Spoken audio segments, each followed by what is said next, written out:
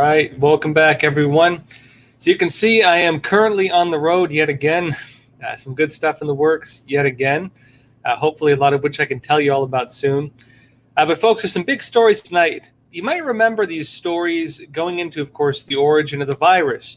It's looking now that like Dr. Anthony Fauci, NIH, helped finance some of these organizations through his organization. Now, it just so happens that there's a new report out saying that China may have planned the release of this virus going back prior to the known outbreak, that they were planning on infecting bats with a new modified version of a virus. They were planning to release this into bat caves, and it was a virus they specifically manipulated that could infect humans. Now, one interesting thing about this is they actually sent a grant request to the U.S. government to do this. The military turned it down, but there's some individuals tied to it whose names you might be familiar with. We'll be going into this in just a bit. Also, folks, we're going to talk a bit more about Fauci's financing, or his organization's financing of this virus research in Wuhan, China, because there's a new report coming out detailing a speech given where, well, he was accused of this before any of this was controversial. Well, let's say before it was known enough to be controversial. And folks, also, you might have seen the new Project Veritas video. Project Veritas, of course, does a lot of undercover reporting. They have a new video coming out, well, now of an FDA official talking kind of candidly, talking about doing things like blow darting. You know, he seems like he's exaggerating, but blow darting vaccines into African Americans. Things like, for example, forcing people to have a registry in order to tell who's vaccinated and who isn't. It's a very damning report. And there's a video of it. I'll be going over that tonight. A lot of other stories too. And folks, as always, if you have questions, do leave them in the chat. Around the halfway point, we'll get into them. All right, now, first story, I want to go into this before we jump into anything else. Let's talk about what's happening with this virus, this spread of the virus that took place prior to all of this. One of the newest reports on this, it says here, Wuhan scientists plan to release coronavirus into cave bats 18 months before the outbreak. Folks, you might remember the virus, of course, originated in Wuhan, China, and one of the alleged sources, well, let's say alleged based on researchers like myself, sources of this virus is very likely this virus from the Yunnan bat cave. It just so happens this research had to do with that bat cave. Let's go into it. It says here, Wuhan scientists were planning to release enhanced airborne coronaviruses into Chinese bat populations to inoculate them against diseases that could jump to humans. You hear that, folks? They're creating viruses that can jump to humans. They're altering them in laboratories, and they want to release them into a bat cave so the bats could somehow become inoculated against them so they don't spread them to humans. This is the thinking. We'll go into it a bit more. Now, new documents, it says, show that just 18 months before the first COVID-19 cases appeared, researchers had submitted plans to release skin-penetrating nanoparticles containing novel chimeric spike proteins. Now, those of you who watched my documentary over a year ago might remember we talked about this exact type of research happening at the Wuhan Institute of Virology, how they were creating novel chimeric spike proteins. This basically means the spikes on the little, there's the virus, there's little spikes coming out. Those are like the hooks that allow it to infect things. And so they were creating novel chimeric spike proteins, chimeric meaning they're taking two different things and combining them in order to make it more able to infect humans. It says here, they took these bat coronaviruses into caves in Yunnan, China. There's that name. Remember, folks, the horseshoe bat in Yunnan, China. They also plan to create chimeric viruses genetically enhanced to infect humans more easily, and requested $14 million from the Defense Advanced Research Projects Agency, or DARPA, which is a United States military weapons research organization Folks, if this is about vaccine research, why were they going to DARPA for it with the military? Now, DARPA did not finance. I'll go into the details on this, but let's go into this a bit more. They went to DARPA asking for financing. Now, it says papers confirmed as genuine by a former member of the Trump administration showed they were hoping to introduce human-specific cleavage sites, they call them, to bat coronaviruses, which would make it easier for the virus to enter human cells. Why would they be infecting these bats, releasing into these things, and making it so they were more able to infect human cells? When COVID-19 was first genetically sequenced, remember Chinese scientists took the actual virus and sequenced it and released it, and then they got disappeared by the CCP, and then they repealed all of it, and then all the Western outlets that reported on it, scientific outlets, also repealed that, but that's still available. The sequence of COVID-19 is available, right? When it was first genetically sequenced, scientists were puzzled about how the virus had evolved such a human-specific adaptation at the cleavage site of the spike protein, which is the reason it is so infectious. Mystery, folks. Maybe if you watch the documentary we did over a year ago, you'll get some idea. Otherwise, maybe a mystery. Let's go into it. It says here, the documents were released by Drastic, a web-based investigation team set up by scientists from across the world to look into the origins of COVID-19. Now, I won't go over the whole thing, but it continues a bit further in, stating the proposal also included plans to mix high-risk natural coronavirus strains with more infectious but less dangerous varieties.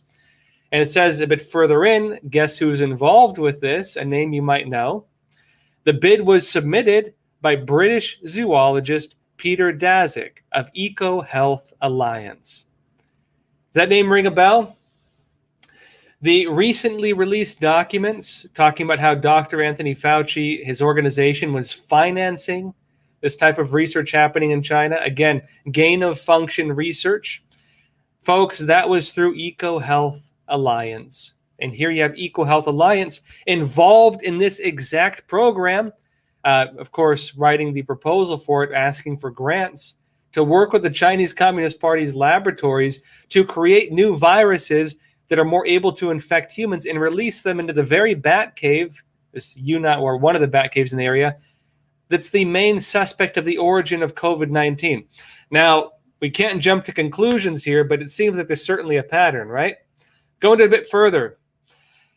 Again, it says the bid of this was submitted by again, Peter Daszak of Eco Health Alliance, the U.S.-based organization, which has worked closely with the Wuhan Institute of Virology researching bat coronaviruses.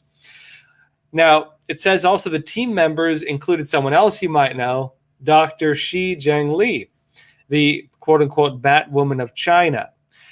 They call her this WIV, Wuhan Institute of Virology researcher, as well as U.S. researchers from the University of North Carolina and the United States Geological Survey National Wildlife Health Center.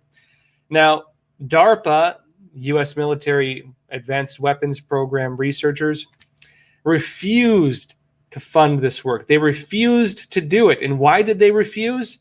They said this. It is clear that the proposed project led by Peter Daszak could have put local communities at risk.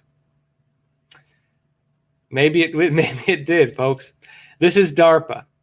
They said it is clear that the proposed project led by Peter Daszak could have put local communities at risk, such as a virus escaping and maybe infecting people in the local area like Wuhan, and then spreading to the rest of the world possibly, or maybe getting into like one of these wet markets where it can start incubating in different areas.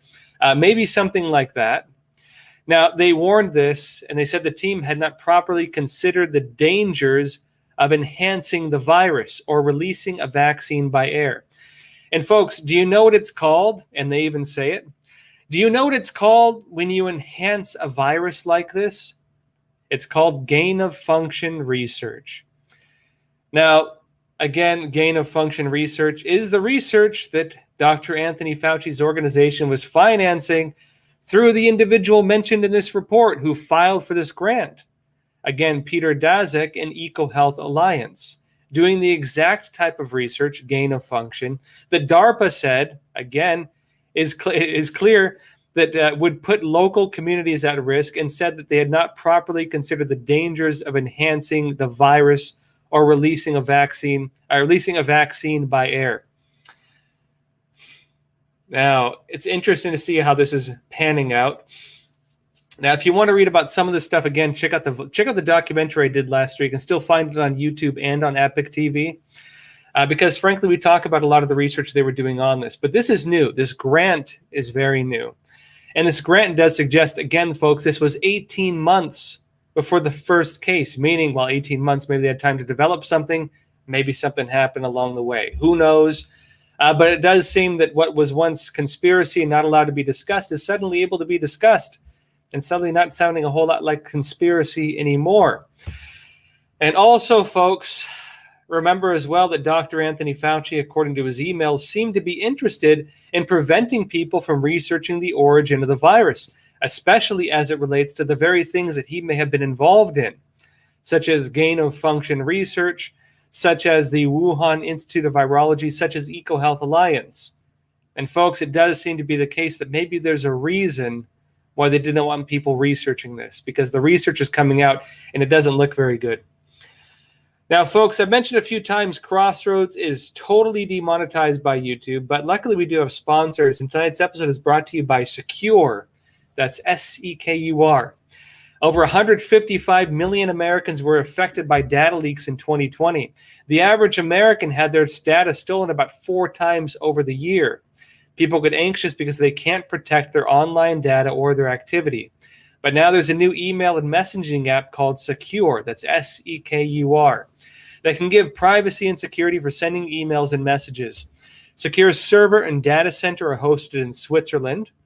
And this is important because Switzerland has the strictest data privacy laws in the world. It's also the only private secure messaging and email app that does not rely on big tech companies like Amazon, Google, Microsoft, and others, which, if they had done that, would make it subject to the Cloud Act, which means that, well, the government can monitor it, but they don't have that. And so they can't monitor you through the Cloud Act using Secure. Now, on this note, too, Secure does not ask for your phone number, does not mine your data, does not upload your contacts like all other applications like this. It also functions by adding people you know already by just putting in their secure number. And if the person is not unsecured, you can just send them a invite, and it lets them on. And this way you're protected from hackers getting into your phone, and you have full privacy on the app. Now, you want to check it out, folks. It's $5 for the Messenger and $10 for the email and Messenger package. You can visit secure.com, S-E-K-U-R.com today for a free 7-day trial, or you can use the promo code Joshua to get 25% off. And big thanks out to Secure again for sponsoring tonight's episode. Now, folks, we're talking about Dr. Anthony Fauci. We're talking about EcoHealth Alliance. We're talking about Peter Daszak. We're talking about them financing, Dr. Anthony Fauci's organization financing this gain-of-function research, going through EcoHealth Alliance and going to this Wuhan Institute of Virology that was talking about in their grants, working with these same individuals, EcoHealth Alliance, talking about financing gain-of-function research, which Dr. Anthony Fauci said on record that he did not do, but according to documents, it does seem he did do, because it's a play on words. He didn't use the term gain-of-function, but he defined the process of it. And folks, whether you call it by its name or you just do it, it's like saying you robbed a store, but you didn't call it robbery. You know, the action still took place. And so we'll see. Maybe he lied on record. Maybe something will happen with that. Maybe not. But folks, another thing here, interesting coming out. Guess what happened? Got the story here. This is from Natalie Winters at National Pulse, a great investigative reporter. It says, revealed, Daszak, the individual we just mentioned in the previous article, admits Fauci funded China coronavirus research. And he said this during a conference featuring Hunter Biden's linked pandemic group. Now, folks, it says here, speaking at the 2017 Consortium of Universities for Global Health Conferences on a panel alongside Anthony Fauci, guess who was there? EcoHealth Alliance President Peter Daszak, admitting his controversial, quote, work on coronaviruses in China was, he says, carried out with, quote, funding through Fauci's National Institutes of Health Agency. Now, the Unearthed Conference follows Fauci's repeated attempts to distance his agency from the controversial New York-based nonprofit, again, EcoHealth Alliance, which, as a National Institute of Health grant registry shows, used the money to collaborate with the Wuhan Institute of Virology. The National Pulse has previously uncovered footage of Daszak describing the viruses he manipulated as part of his longtime collaboration with the Chinese Communist Party labs as, quote, killers. Peter Daszak, again, getting his money through the NIH and financing this type of extremely dangerous virus, which he himself called killers. And folks, again, EcoHealth Alliance was looking for financing from DARPA on a very controversial project. The big question is, did they get that money from somewhere else? We'll have to see. Now, another related story here. Something very interesting. You might be wondering, well, okay, the NIH is financing this type of research happening in China. We've seen a lot of U.S. universities finance it. Heck, they tried to go to DARPA. They tried to go to DARPA, the Defense Weapons Agency, to try to get them to finance it, and they said no. How common is this? Well, folks, it seems like it's pretty common, because here's another story. It says here, U.S. has funded over 250 studies for Chinese communist military researchers. That's your taxpayer dollars, folks, if you're here in the U.S. Your taxpayer dollars financing this stuff. It says here, various National Institute of Health agencies, NIH again, folks, including Anthony Fauci's National Institute of Allergy and Infectious Diseases, have funded over 250 studies authored by researchers at institutions controlled by the China's People's Liberation Army. That is the military of the Chinese Communist Party. It's not a normal military like in the U.S., which is, of course, sworn to protect the Constitution. The People's Liberation Army is specifically the armed wing of the Communist Party of China, the CCP. And it just so happened that researchers under it were getting your taxpayer dollars to do their research. We were financing Chinese military research through various branches of the National Institutes of Health. Your taxpayer dollars, folks. Now, it says here, the National Pulse had the exclusive on it again. Now, the unearthed studies from the National Institute of Health, NIH, their online database, you can go and read it yourself, expand upon the People's Liberation Army's ties to, hear it, folks, the Wuhan Institute of Virology, yet again. And, folks, it says here, they unearthed this by the National Pulse, and it says of 265 studies identified by the National Pulse, the Chinese military entity most frequently appearing on studies funded by the NIH is the Beijing-based PLA General Hospital, a subsidiary of the Army's Joint Logistics Support Force of the Central Military Commission. And they don't mention it here, folks, but it's important to note that a lot of these military hospitals are the ones most heavily involved in live organ harvesting and abuses of political dissidents.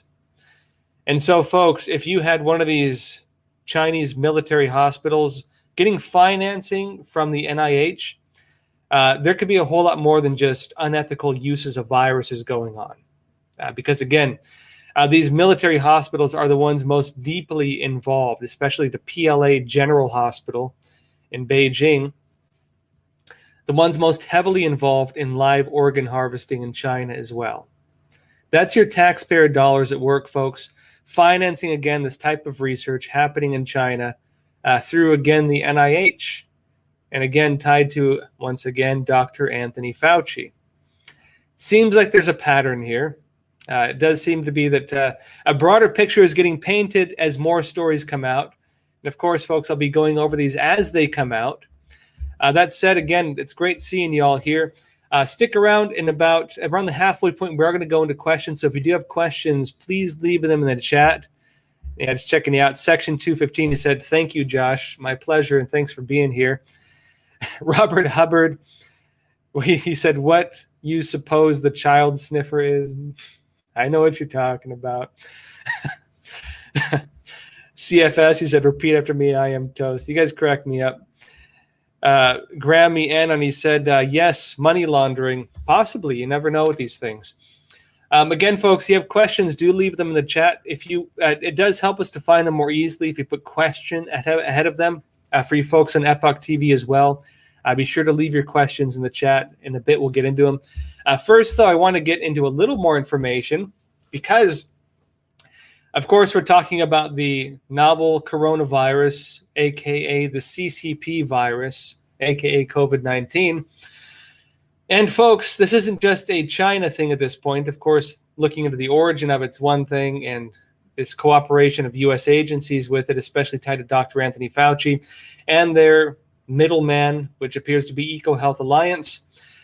You actually have stuff happening with the FDA as well. And folks, Project Veritas, an undercover investigative organization, investigative journalism organization, just got some undercover footage of an FDA official talking about, we assume jokingly, but who knows at this point, some very, very extreme and very, very controversial things, including, as he says, as a solution to get people vaccinated, blow darting, like getting a blow dart and blowing a syringe into someone, blow darting African Americans. This is the FDA. Let's go into it. It says here, FDA official, and you can watch this on the Project Veritas website if you want to check it out. FDA official says, blow dart African Americans with COVID-19 vaccine is where we're going. Just shoot everyone. And he also called for a Nazi-style registry of unvaccinated Americans. And he said, think about it like the Jewish star. Now it says here, now this is an undercover video showing Taylor Lee, who's an FDA economist. This individual in the video they're showing is an FDA economist, Taylor Lee. And it says this, Lee said that U.S. government policy could emulate Nazi Germany when it comes to the COVID vaccine. And he said this, census goes door to door if you don't respond. So we have the infrastructure to do it, talking about forced vaccinations. And he says, I mean, it'll cost a ton of money, but I think at that point, I think there needs to be a registry of people who aren't vaccinated. Remember briefly that the Biden administration has claimed that they do not have access, they do not maintain a registry like this of people's data when they're talking about going door to door. Now, they said they don't have one under the government. They don't manage one. They did not say they could not access one, such as, for example, through external organizations. But, folks, he's saying that this is, again, an FDA official saying that we may need something like that, and a registry of people who choose to not get vaccinated. Now, it says this. This is him saying this. He says, although that's sounding very much like Germany, referring to Nazi Germany.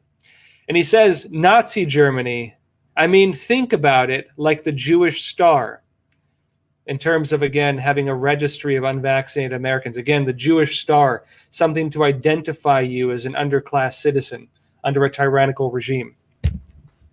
Oh, folks, we're having issues. One sec. Switching to emergency camera. Give me one sec. This happened again. I apologize for it.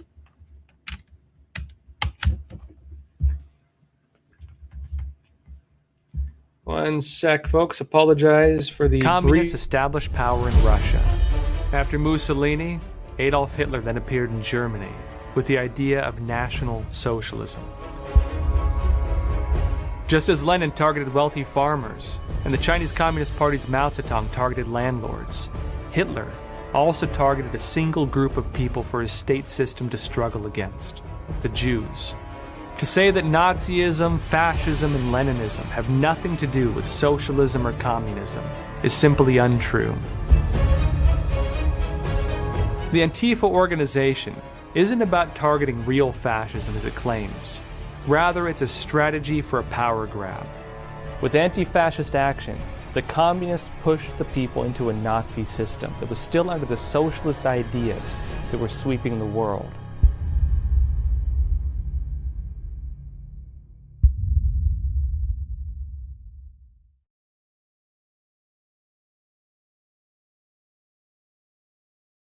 All right, apologize for that, folks. All right, we're back. Apologize for the outage. I've been having some issues with the camera I use on the road. Luckily, I keep it back. I'm able to make this my normal one when I'm on the road. Anyways, let's continue what this individual is saying. And real quick, too, folks, the video we just showed, that is our new episode, latest episode of the Dark Origins of Communism series, which you can find exclusively on Epic TV. Be sure to check it out. Again, we go into a lot of information about history leading up to what we're seeing today. I think it's very important. Be sure to check it out. And if you don't have an Epoch TV account, all you need to check it out is an email address. You get a free trial. You can watch it. And again, that's epochtv.com/crossroads. You can also find the link in the chat and in the description. Now, let's talk a bit more about this individual, this FDA official. Again, and he's talking about this, right? He's talking about this. And he's stating, Nazi Germany, think about it like the Jewish star. Folks, this is an FDA official. Think about it like a Jewish star, talking specifically about having a registry of people who choose to not get vaccinated. And now it continues on stating this. He says, so if you put every anti-vaxxer like sheep, he's comparing these people to cattle. If you don't choose to get the vaccine, he's comparing you to cattle. He said, if you put every anti-vaxxer like sheep into like Texas, and you closed off Texas from the rest of the world, and you go, okay, you be you in Texas until we deal with this pandemic. Now, he said that due to a large portion of the African-American population also being resistant to taking the vaccine, the solution should be to, quote, blow dart them. Now, folks, we can assume he's joking. We can assume even if he's joking, frankly, if anyone, imagine, for example, if anyone who was on the other side of the political spectrum were to state this, they'd be going after him. They'd have their pickets and torches going after them.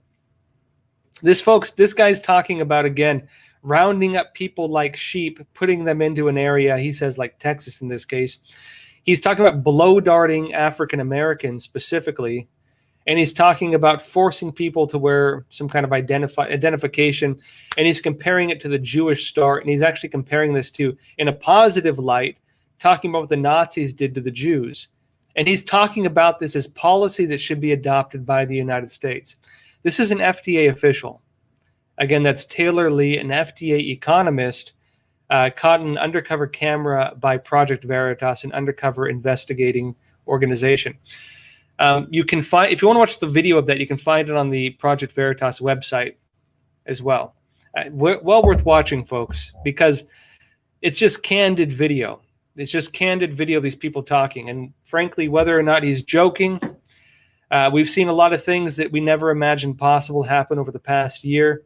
And folks, nothing's beyond imagination now. And this is an official with that organization talking about it. Now, folks, that said, if you have questions, leave them in the chat. We'll try to get to them now. So let's go over some questions. And again, if you want to support Crossroads, we are demonetized by YouTube still. There's no light at the end of the tunnel, looks like, in terms of us getting monetized once again. So if you want to support us, folks, we do have Donor Box, which is kind of like a Patreon thing that is less likely to censor us, hopefully. You can find the link to that in the description below. We do appreciate the support. Also, we have Epoch TV, epochtv.com/crossroads. But the /crossroads helps us, so be sure to put that on there. You can find the link to that in the description or in the chat. We have all of our exclusive interviews there. A lot of our investigative pieces that are going to be coming out hopefully soon are going to be there. Documentaries, special features, a whole lot of other shows. And we're also starting up a movie platform on it. So you can get a whole bunch of stuff there. Think of it like the vision for the future. Think of it like a Netflix with a news channel function. That's Epoch TV. Be sure to check it out. And again, if you don't have an account yet, All you need to watch a few videos is an email address. You get a free trial. All right, folks, that says jump into questions for the night. First off is from Cameron Bacon. He said, Josh, are you prepared for the obvious false flag and fake news distractions from the Biden regime and communist media to distract from the Arizona audit results tomorrow? Well, it's going to be interesting, I'll tell you that. You're very likely going to watch some kind of distraction come up. Okay, so long story short, the audit of the 2020 election, specifically in Maricopa County, Arizona, is about to wrap up. They claim they were able to get a lot of the information that was not that they were not allowed to get initially. They were able to get a lot of it, including some on the voting machine companies. We are going to find out tomorrow what they found. And well, I should clarify. It seems they're going to wrap it up tomorrow. It's not clear whether we're going to see a public report immediately, but folks, it is wrapping up. And so we'll have to see what happens with it. On that note, though, you're going to watch a few things. One, you're going to watch a lot of attacks on it. You're very likely going to watch the Department of Justice try to file lawsuits, which they have been threatening. You're very likely going to watch some of the local officials in Maricopa County and maybe the voting machine companies also file lawsuits because at the very least, the officials in Maricopa County have signaled that they might file lawsuits against some of the researchers. You're also going to watch a lot of media organizations do everything they can to discredit it. And as Cameron Bacon here notes, you might also watch them try to have some kind of distraction. Another big story to divert people's attention. We'll have to see what happens. But folks, it's coming soon. I'll keep you updated on it. Next question here from Sparks and Clark. You said, whatever happened to the Epstein investigation? Are we supposed to assume that because he is dead, that his customers and their crimes against humanity went away? Why are there no more investigations into his connections, Gates, Fauci, etc.? So, folks, you might remember that Epstein, who, he was in his prison cell. Suddenly, the cameras go out. Suddenly, the guards who are watching him just happen to disappear, and they find him hanging dead in his prison cell, and they say it's a suicide. A lot of people aren't buying it. But, of course, that ended a lot of the investigations or the case into what was his child trafficking organization, which was this whole Lolita Express and Lolita Island. Now, a bit of history on this, because people talk about these things like it's conspiracy theory. It is not. Remember that Epstein had actually been arrested previously. He was charged previously, and he was basically given a slap on the wrist. Of all the young girls who were accusing him of underage rape and human trafficking, only one case ever saw the light of day. It was, I believe, a 16-year-old girl. He was given a slap on the wrist. The whole thing went away, essentially. But what was interesting during that time is that the actual documents that the FBI had based on the research showed a lot of very concerning things, such as, according to the FBI itself, at Epstein Island, where they had these underage girls and so on, in addition to the Lolita Express, Epstein had been keeping registries of these people. And it said that in the rooms where these activities were allegedly happening, not only did they have registries, but they had cameras. The FBI documents did show this. That never saw the light of the day. The people involved in it were never charged other than Epstein himself. And Epstein now has apparently maybe killed himself. We never heard a good investigation into it. And frankly, there were some very strange things involved with that. But Ghislaine Maxwell, his co-conspirator in that case, is currently in custody and may face charges. And so maybe the Epstein case will see the light of day through Ghislaine Maxwell. We'll have to see, folks. Next question here is from Ka Konrat. He said, question, if a person gets the first 2 injections but refuses boosters, can he/she regain natural antibody production? So one of the issues you have with the way that that mRNA viruses or vaccines typically function is it essentially transforms part of your immune system and teaches it quote unquote, how to fight one specific virus, in this case, COVID-19 or the CCP virus. You're essentially co-opting part of your immune system to be focused on only one threat, according to some experts, right? If you can watch a video interview just of Gary Milievsky, one of the co-founders of the Department of Homeland Security, talking about this. You're asking whether people can regain natural immunity. It's hard to say, actually. Typically, vaccines allegedly do give you lifelong immunity, and so it's very unlikely that that would change. When it comes to these mRNA vaccines, I'm not clear what the shelf life is in terms of, again, the cells that have been altered through the mRNA process. So it's not quite clear. But one of the concerns people have is that you're required to get these booster shots maybe every year or every 6 months that would renew that, or maybe co-opt more of your immune system for that purpose. I'm not clear what the lifespan is of the altered cells from that process.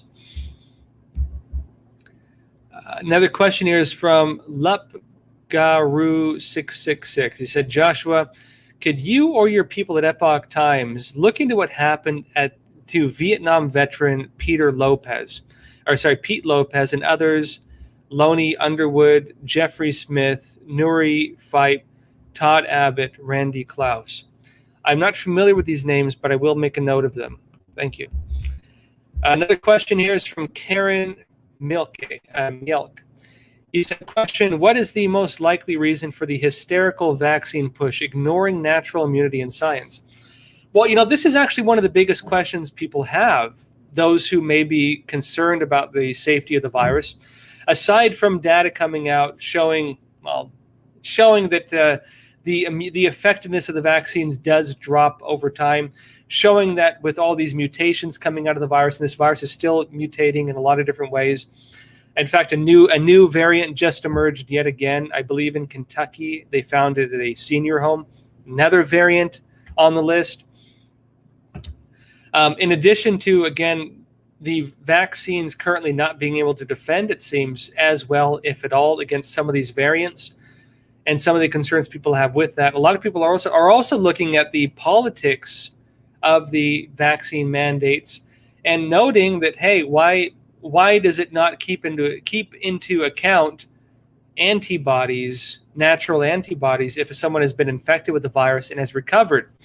Because they're saying something like antibodies give you about 27 times roughly the protection of a vaccine if you do have them, meaning that you are significantly more safe if you have had the virus and recovered for it and you have the antibodies, and yes, they can test for those.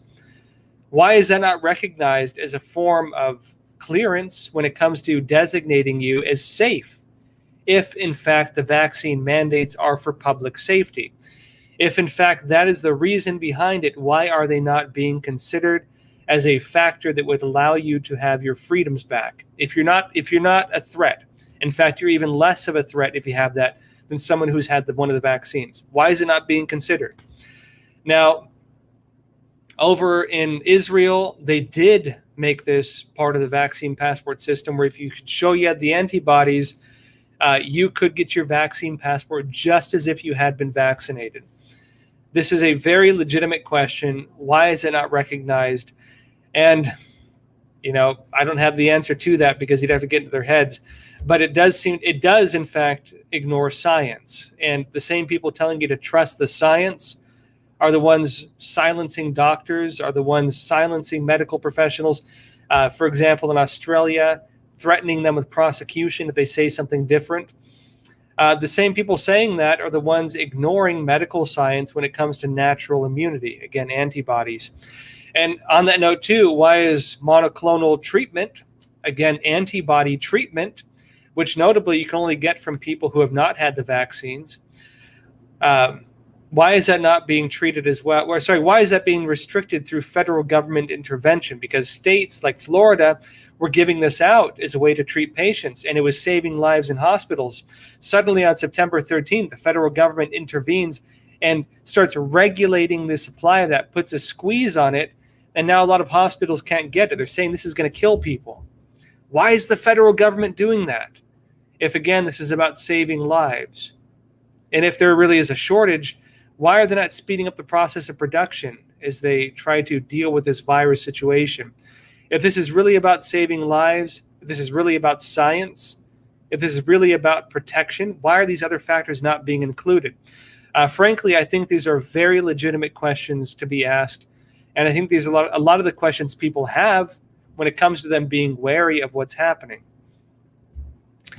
Another question here. This is from Sparks and Clark. Oh, I'm sorry. We asked that one. I'm sorry. Another question here. You said this is from Nunia Beeswax. You said can you please check your emails? I admit I'm not very good at checking my emails. That said, you said, I sent you footage of what is happening in Melbourne. This is Australia. There is currently a media blackout here using new technology. I will check my email. And folks, if you want to send me some tips, my email is simply my name, joshua.phillip@epochtimes.com. I get a lot of emails, but I will try to sift through them and find that. Epoch Times, we also have a branch in Australia that if any of you are in Australia and you want to get footage out, you can send tips or information to our different local branches. We do have a branch in Australia. On that note as well, what's really happening in Australia is not really being fully talked about. Australia right now, as we speak, is implementing some of the toughest COVID laws that you'll find anywhere outside of China. And part of this is new, in addition to the COVID rollout, are new systems to monitor people. And keep in mind, they're talking about here in the U.S. as well. They're talking about the new domestic terror threats and so on, where alongside all these expansions they've made in government powers, they're also trying to bring about all these new systems of social monitoring. In Australia, this is very, very far along, to the extent that they can say they can access people's social media accounts and even take over people's social media accounts, which is raising the concern that federal agents, and this is one of the concerns being raised by people in Australia, that federal agents may access their data or access their accounts and post themselves incriminating information or use it to make honeypots to lure people in using a public identity. It's raising a lot of very serious concerns about civil liberties, about human rights, and also about the powers that governments have. The key part in all this that's not being really discussed, and they're doing other things too. One of the key parts in all this that's not really being discussed is what has actually been happening in Australia, which is Australia has been working very closely with the Chinese Communist Party, in case you haven't heard. And part of that working very closely with the Chinese Communist Party has been putting into place, in places such as Darwin, Australia, and some other places, the social credit system, the technologies for it, the Chinese Communist Party's system for social control. There are parts of Australia that have turned that on and are already using it. They are already using it and have been for quite a while. That is happening in Australia. Now, those of you who watch the show know this has been coming for a long time, that this is part of the CCP's model for bouncing back from the virus. The health codes on your smartphones. Remember that last year we were talking about it? Now we have the COVID vaccine passes and the other technologies for it. These social monitoring systems, like the social credit system, now being implemented directly or in spirit all around the world through programs meant to monitor people, monitor online activities, and maybe create registries of them, as are some of these systems. The last two you can watch for in this, still on the horizon, are what they call state capitalism or socialism, which is where the government seizes the businesses or takes over parts of the businesses or creates new regulatory systems to control the remaining ones. The CCP is steamrolling this right now, moving very quickly to put this in place in China to a greater degree already than what they already have. In the West, you have what looks like possible economic fallout and the deaths of many businesses, possibly putting us on a similar trajectory. We'll see how they deal with the bounce back from it. And the last one, folks, is new digital currencies, these CBDCs, centralized banking digital currencies.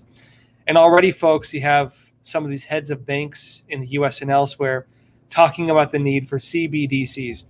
a system that would allow them to approve or deny any transaction taking place. Think of a pervasive system like Bitcoin, but centralized rather than decentralized, and deeply tied to your social identity, deeply tied to every person you are, rather than just a system that's encrypted and able to hide your information like Bitcoin is. In other words, again, CBDCs, centralized banking digital currencies, allowing centralized banks, the organizations like the Federal Reserve that print our money, to run currencies that, again, allow them to control everything. Every single purchase, nothing is outside of it. And what is one of the things the Biden administration just did along those lines? They just made it so that the IRS now monitors any transactions in your account over, I believe, $600. It used to be a whole lot more because they were watching for money laundering and things like this, folks. Now it's like $600. It's already in the process. It is already happening. Things we've been talking about for a long time on the doorstep. Another question here, last one, then we'll go into some more questions or some more stories. Well, by the way, the drink tonight is good old-fashioned ginseng tea. I tend to bring my own tea these days when I travel. I'm in a hotel right now. Yeah. All right, folks. It says here, this is from Julie Richards, last question. He said, when the audit shows fraud, you're talking about the Maricopa County audit, do you think the lawsuits filed against Lindell and Cindy Powell and Linwood will be dropped? I doubt it. We'll see if they choose to drop the lawsuits against them. I doubt it personally, because very likely you're going to watch a media blitz against the people who did the audit. Because, folks, a lot of these lawsuits, they don't necessarily have to be done in ways that need an outcome immediately.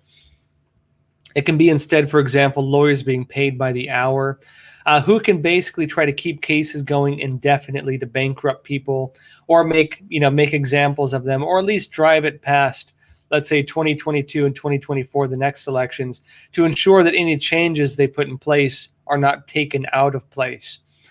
I think it would be very unlikely for the lawsuits to be dropped unless the individuals who maybe file the lawsuits face criminal charges. That would change things. We'll see, though. Again, maybe very soon we'll see. But we'll see. All right, folks, that's us. Going to a few more stories. I want to jump ahead a little bit. Actually, no, let me go into some of these lawsuits because now a few points. The Biden administration put into place these new different lockdown policies.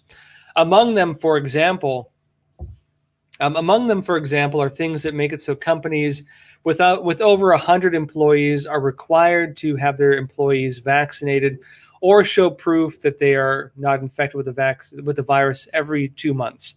They have to show, again, take these COVID tests every 2 weeks. It also put into place requirements that medical workers and others are required to get the vaccine. You're seeing a lot of medical workers actually quit or resign because of this. But folks, something interesting is happening now, which is medical workers are suing. And here's one of the first cases on it. It says healthcare workers sue 2 Louisiana hospitals over COVID-19 vaccine mandates.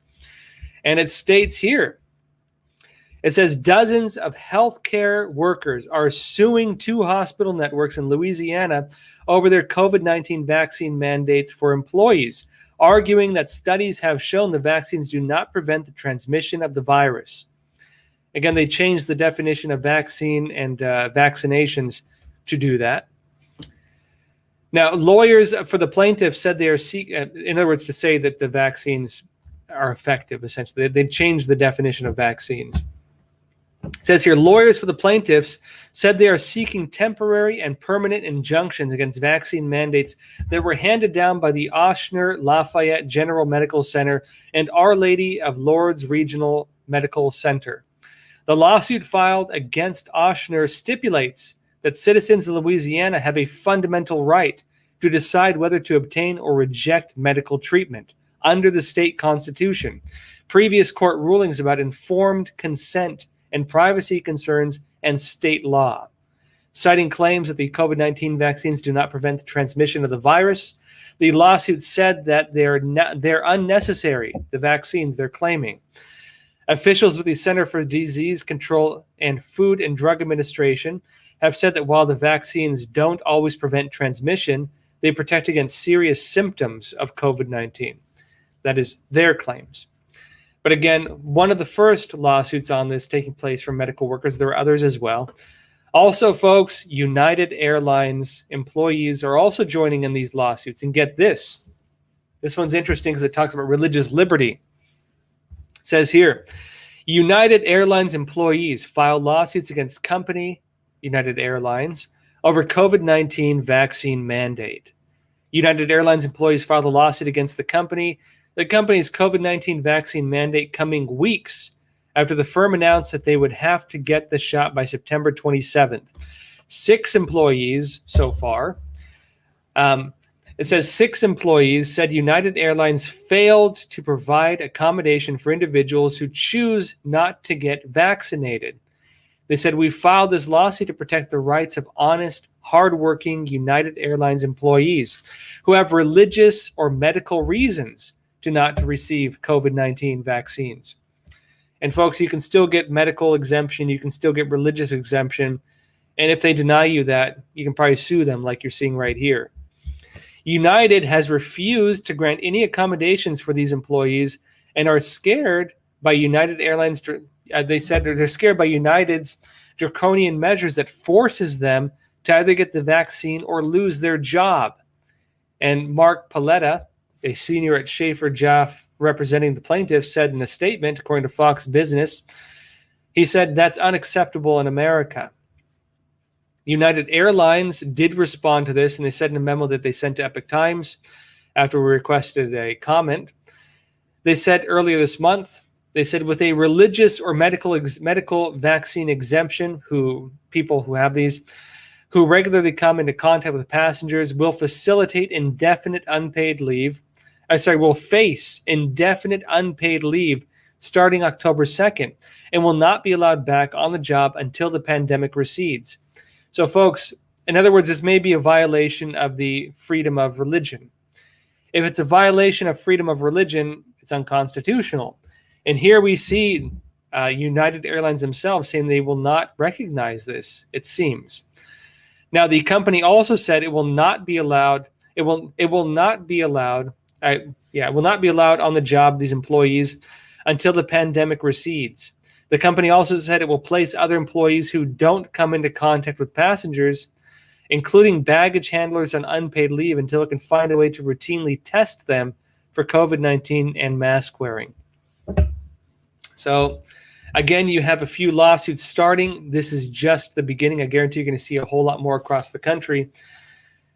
But, folks, some other interesting thing is happening right now in the military. Remember, another part of this vaccine mandate is that the U.S. Armed Services, our soldiers, our airmen, our Marines, our Coast Guardsmen, and others are now required to get the vaccines.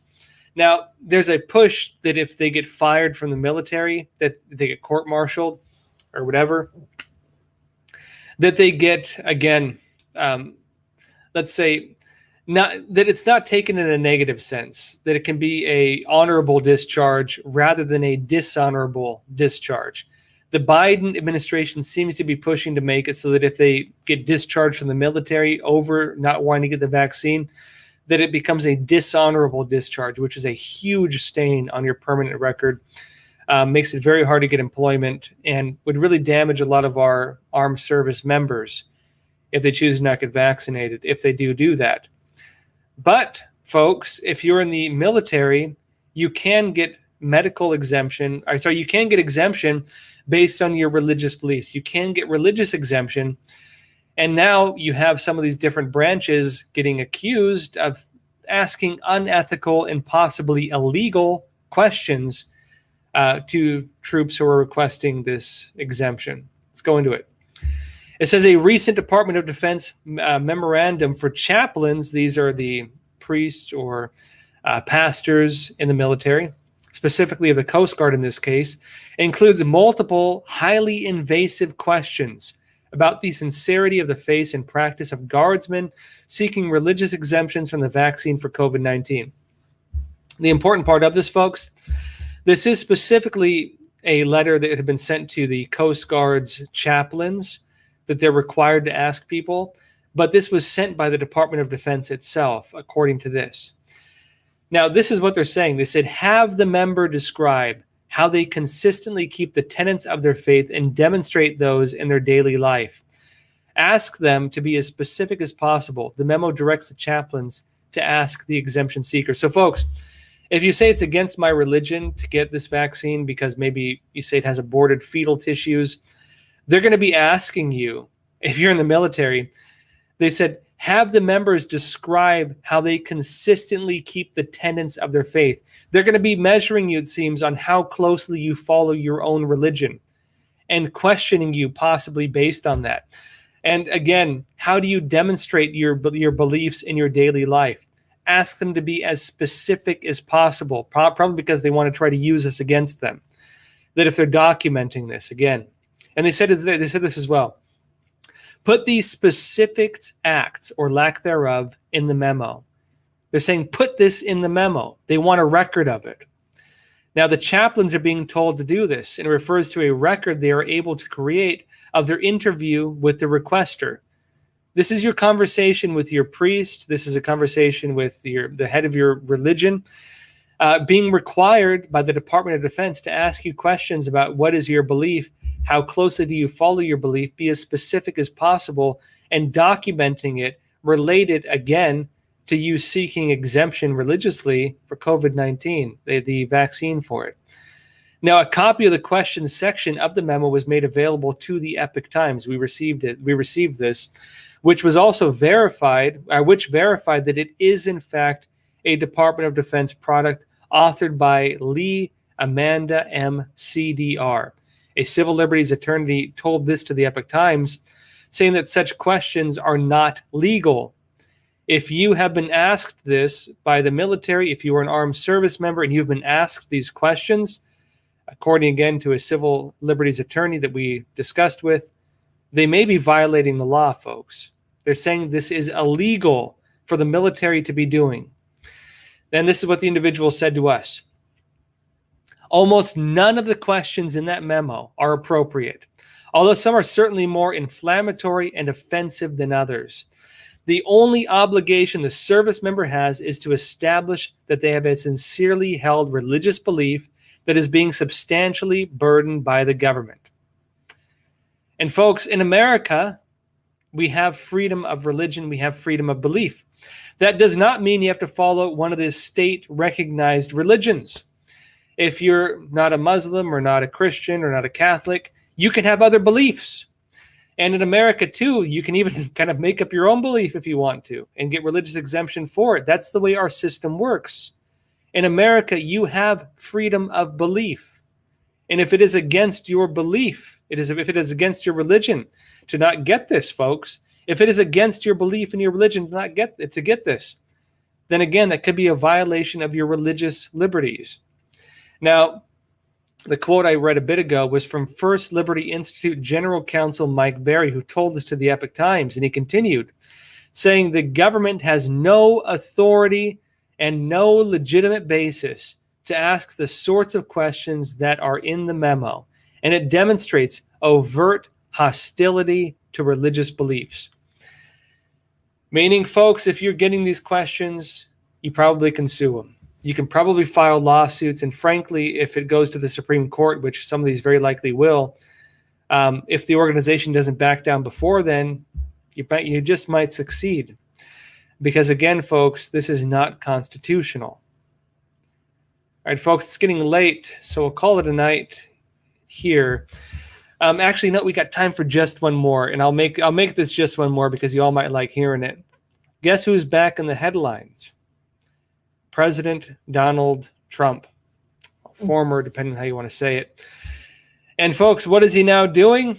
He is suing the New York Times and others. Let's go into it. It says here, Trump sues New York Times, Mary Trump as well, over a story about his taxes. And it says former President Donald Trump on Tuesday sued his niece and the New York Times over a story about his taxes. Trump's attorneys say the defendants, Mary Trump and 3 New York Times journalists, collectively engaged in an insidious plot to obtain confidential records. And they said the brazenness of the defendants' actions cannot be understated. A group of journalists with the New York Times, in the middle of an extensive crusade to obtain Donald J. Trump's confidential tax records, relentlessly sought out his niece, Mary L. Trump, and convinced her to smuggle the records out of her attorney's office and turn them over to the Times. Allegedly that they stole possibly attorney-protected information to provide them to these co-conspirators in the New York Times. All the while, it says, the parties knew full well that their actions were wrongful, as evidenced by their insistence on communicating through burner phones, phones that can be disposed of afterwards, through burner phones, and the Times' initial claims that the records were obtained from an anonymous source, suggesting they were trying to hide something for a specific reason. According to the 26-page lawsuit filed by the New York State Court, filed in the New York State Court, they said. Now, this is again a quote. It says, this is according to the lawsuit again, the Times, the New York Times, attempted to capitalize on their on their receipt of the confidential record through their publication of various news articles. And they say Mary L. Trump eventually followed suit and, in an ill-conceived effort to profit from these same events, published a book revealing her as the source of an unauthorized disclosure and providing a detailed account of the defendant's wrongful conduct. We'll see what happens with Trump. But folks, it seems that Trump is now on the offense in some regards with lawsuits. And frankly, he is now a private citizen, no longer president of the United States standing. But folks, he now has the rights of a private citizen that includes some of the legal rights and the ability to sue just like this. And you can probably watch a whole lot more like this on the horizon. Folks, now it's getting late. Again, I do these live Q&As every Sunday, Tuesday, and Thursday. So be sure to tune in again this coming Tuesday. Again, here on Epoch TV or on Crossroads on YouTube. Folks, always appreciate your support. If you want to support Crossroads as well, please consider telling a friend or family member about Epoch TV. That's epochtv.com/Crossroads. It does help us, folks. We hope this is the future of video news. It's our uncensored platform. We can talk about a lot of things we can't talk about elsewhere, such as the interview we just published with one of the co-founders of the Department of Homeland Security, Gary Milievsky, talking about what mRNA processes might do to your bloodstream and your immune system, and also patents judged by the Supreme Court that would allow DNA-altered the process possibly to be patented, to be owned by an external entity. Check it out, folks, again, at Epoch TV. And again, always appreciate the support. That said, folks, as always, please take care of yourselves, stay informed, and stay free. Thank you. The major mRNA vaccines, Moderna and Pfizer, they could say that things in your bloodstream, they own. What it means to alter human genes and the legalities around this. So if you have natural human DNA and you get injected with mRNA and it, injects the replication of the spiked protein from COVID, that newly formed or altered DNA could make you human chattel. You might be patented. Manipulating your ability to defend against viruses and all different variants and telling your DNA it's time to fight only COVID-19. You're now a COVID-19 soldier in the battle. That's what they're doing to the human natural immunity system with messenger RNA.